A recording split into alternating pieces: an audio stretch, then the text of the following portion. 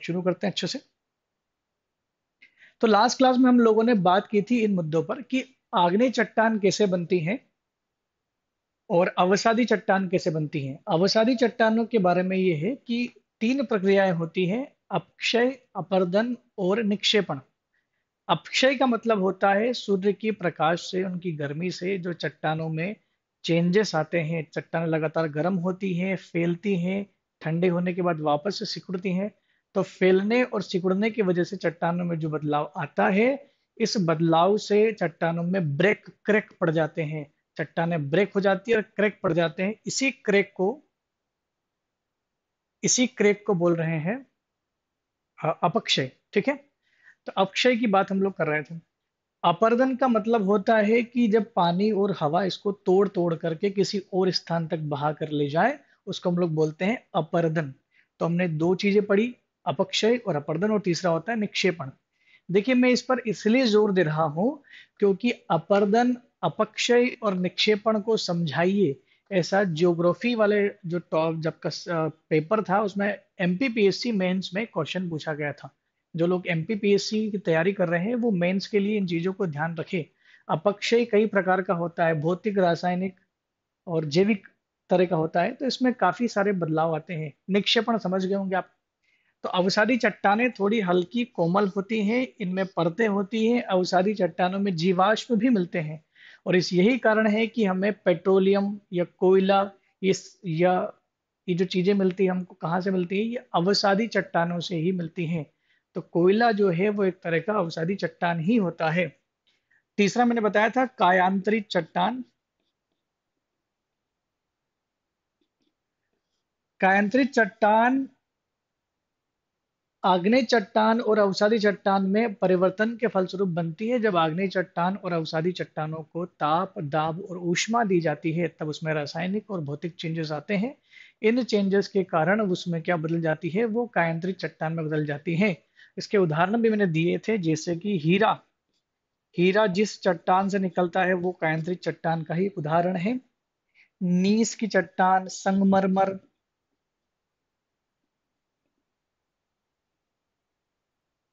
संगमरमर, ये सब उदाहरण है किस चीज के?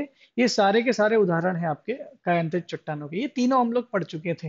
मेरे ख्याल से आपको ये चीजें क्लियर हो गई होगी। बेसाल्ट की चट्टानें इसलिए इंपॉर्टेंट है क्योंकि बेसाल्ट की चट्टानों से बना हुआ है मालवा का पठार, और मालवा के पठार का लगातार इरोजन हो रहा है, और उसी इरोजन के कारण काली मिट्टी का निर्माण होता है। तो काली मिट्टी को इसलिए लावा मिट्टी नहीं बोलते, इसीलिए लावा मिट्टी तो बोलते हैं उसको। भाई, काली मिट्टी को लावा मिट्टी क्यों बोलते हैं? क्योंकि उसका संबंध लावा से है। जब आग्नेय चट्टानों का लावा ऊपर आकर के ठंडा होता है तो उसे बेसाल्टिक चट्टान कहते हैं, और उसी बेसाल्ट की चट्टान के लगातार अपर्दन, अपक्षय होने की वजह से जो धीरे धीरे जो मिट्टी के कण बन जाते हैं, जो मिट्टी की परत बनती है, उसे हम लोग काली मिट्टी कहते हैं, जो काफी उपजाऊ होती है।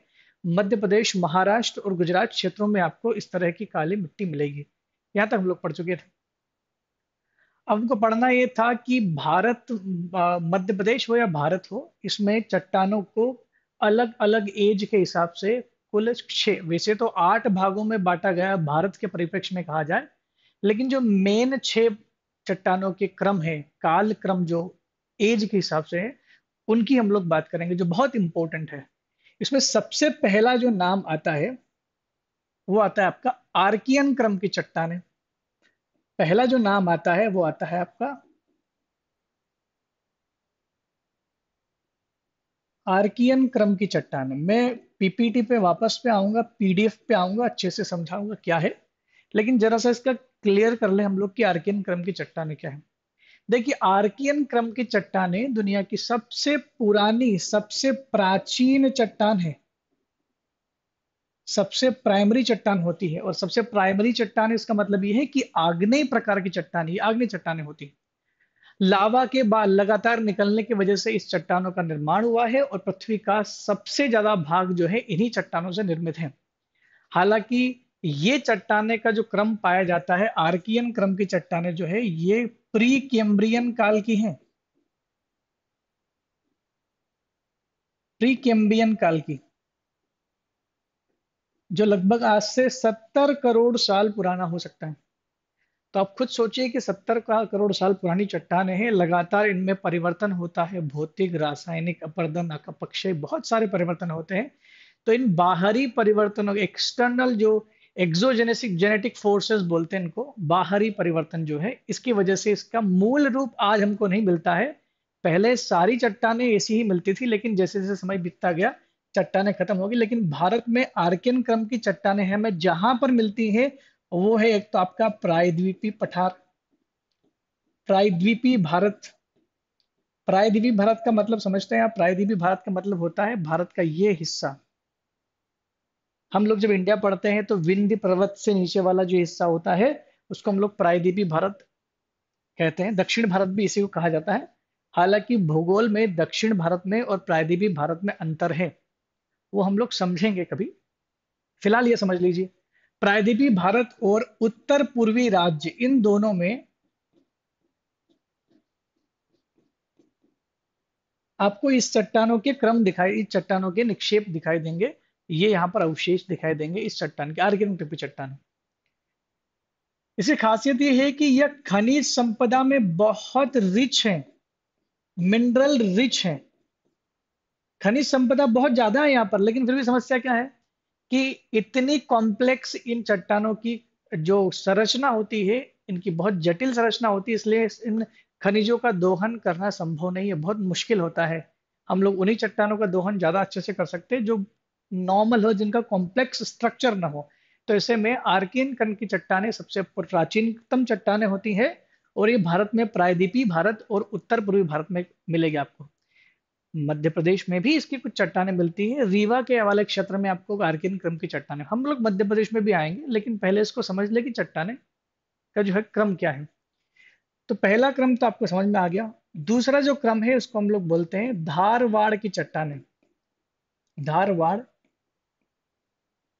क्रम की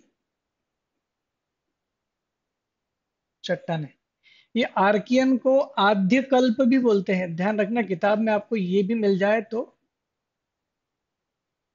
घबराना नहीं है, आद्यकल्प के अंदर ही वो आता है एरा।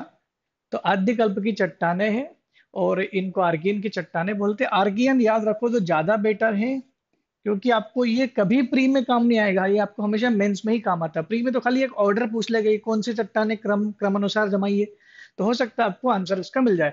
धारवाड़ की चट्टानें, धारवाड़ नाम इसलिए रखा गया है क्योंकि कर्नाटक के धारवाड़ में मिलती हैं।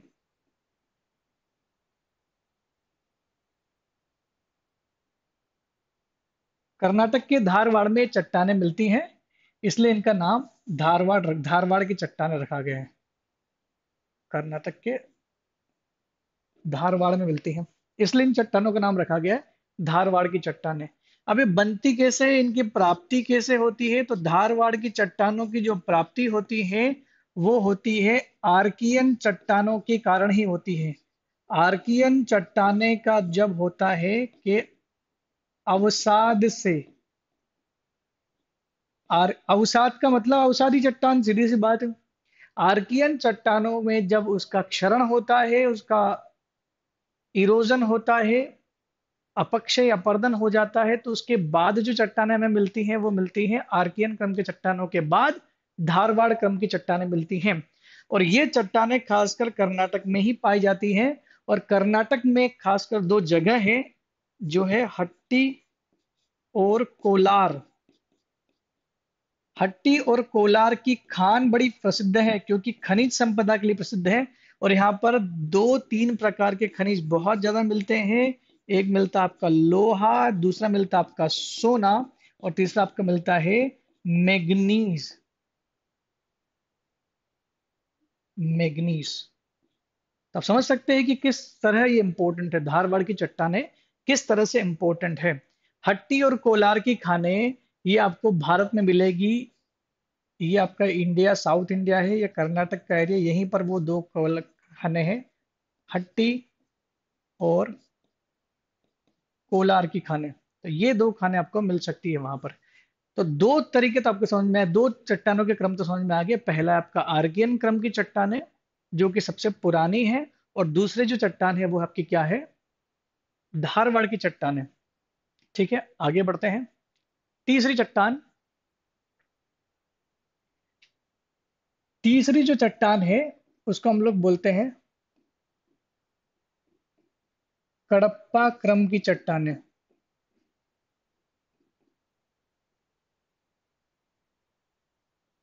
चट्टान, कडप्पा क्रम की चट्टान, कडप्पा की चट्टान।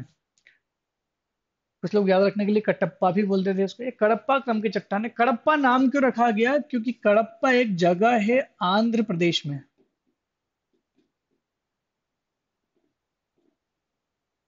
आंध्र प्रदेश के कडप्पा से मिलती है। सबसे पहले इनका जो साक्ष्य मिला था वो आंध्र प्रदेश के कडप्पा से मिला, इसलिए इनको बोलते हैं कडप्पा क्रम की चट्टान। और ये इनका जो मिलता है आंध्र प्रदेश तो है ही, प्राप्ति कहाँ कहाँ होती है? तो आंध्र प्रदेश तो है ही, आंध्रा प्लस दिल्ली, राजस्थान, छत्तीसगढ़, एमपी में भी कुछ जगह इसका मिलता है साक्ष्य। और ये बनती कैसे है, इसका निर्माण कैसे होता है, निर्माण जान लेते हैं, इंपॉर्टेंट तो यही है। कडप्पा क्रम की चट्टानों का निर्माण कैसे होता है? देखिए, कडप्पा की क्रम की चट्टानें अगर निर्माण की प्रक्रिया को समझा जाए तो इसको मैं बोलूंगा कि ये मेटामॉर्फिक प्रकार की चट्टानें हो सकती हैं। क्यों? क्योंकि जो इससे पहले वाली दोनों चट्टानें हैं, दोनों चट्टानें मतलब आर्कियन क्रम की चट्टान प्लस धारवाड़ चट्टान, आर्कियन क्रम की चट्टान प्लस धारवाड़ क्रम की चट्टान, इन दोनों चट्टानों में दो परिवर्तन होते हैं। एक होता है भौतिक प्लस दूसरा होता है रासायनिक। यानी आर्कियन क्रम की चट्टानों और धारवाड़ क्रम की चट्टानों में होने वाले भौतिक और रासायनिक परिवर्तन के फलस्वरूप हमें जो चट्टान मिलती है, जो रिजल्ट चट्टान मिलती है, जो रिजल्ट चट्टान मिलती है हमें, वो कौन सी मिलती है? वो मिलती है हमें कडप्पा की चट्टानें।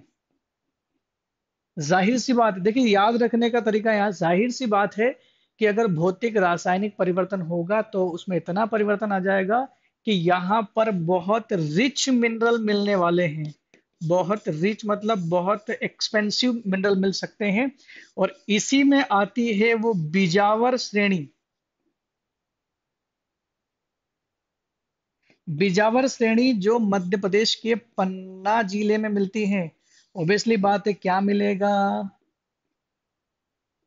डायमंड मिलता है। तो जो डायमंड मिलता है मध्य प्रदेश की बिजावर श्रेणी में, वो बिजावर श्रेणी कडप्पा क्रम की चट्टानों का हिस्सा है। किताबों में दो चीजें लिखी हुई है। कडप्पा क्रम ने भी लिख दिया कि सोना हीरा वहां से मिलता है। इसके बाद की जो चट्टानें हैं विंध्यन क्रम की चट्टानें, विंध्यन क्रम की चट्टानों में भी ये लिख दिया गया है कि वहां पर भी हीरा मिलता है। बिल्कुल दोनों ही जगहों पर हीरा मिल सकता है।